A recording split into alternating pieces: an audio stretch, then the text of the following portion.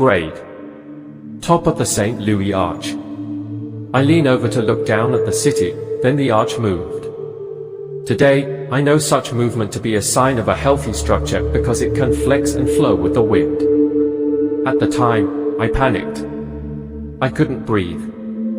I was in the grip of fear, and I now have the arch to thank for my lasting fear of heights. What do you fear?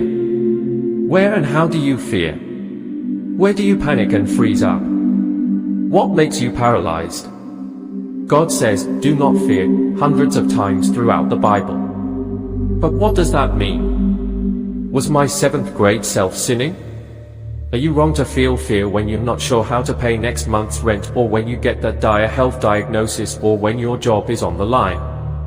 No, you're not wrong. God wired our brains to experience fear.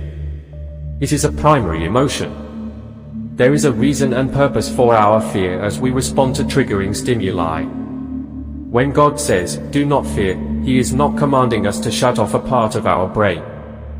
His model citizen isn't an emotionless and stoic robot. The real issue God wants us to wrestle with is where we go when we fear.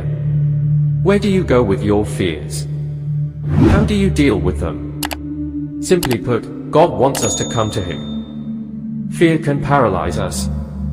Yet when we fear in the presence of God, God help us take the next step of faith even in the midst of our fear.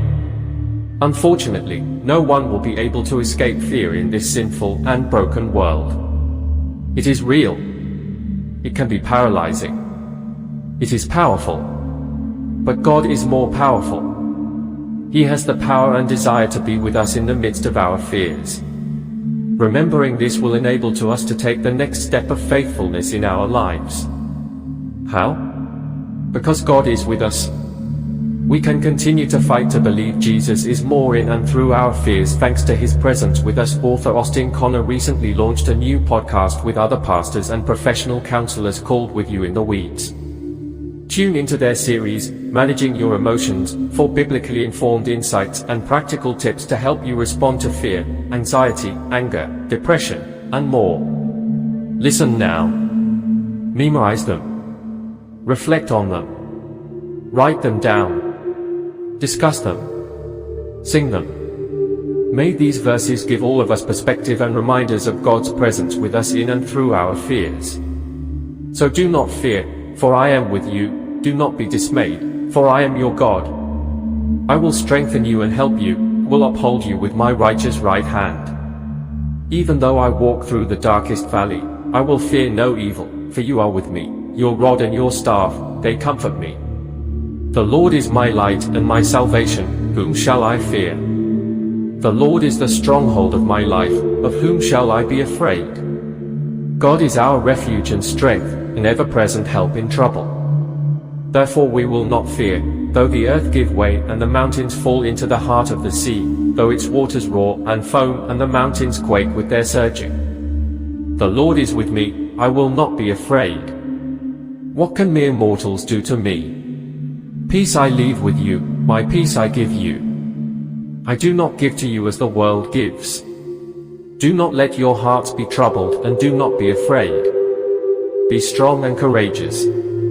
Do not be afraid or terrified because of them, for the Lord your God goes with you. He will never leave you nor forsake you. For I am the Lord your God who takes hold of your right hand and says to you, do not fear, I will help you. So we say with confidence, the Lord is my helper, I will not be afraid. What can mere mortals do to me? Do not be afraid of them, the Lord your God himself will fight for you. Do not be afraid, little flock, for your Father has been pleased to give you the kingdom. You came near when I called you, and you said, do not fear. When I am afraid, I put my trust in you. In God, whose word I praise, in God I trust and am not afraid. What can mere mortals do to me? This is what I covenanted with you when you came out of Egypt. And my spirit remains among you. Do not fear. Indeed, the very hairs of your head are all numbered. Don't be afraid, you are worth more than many sparrows.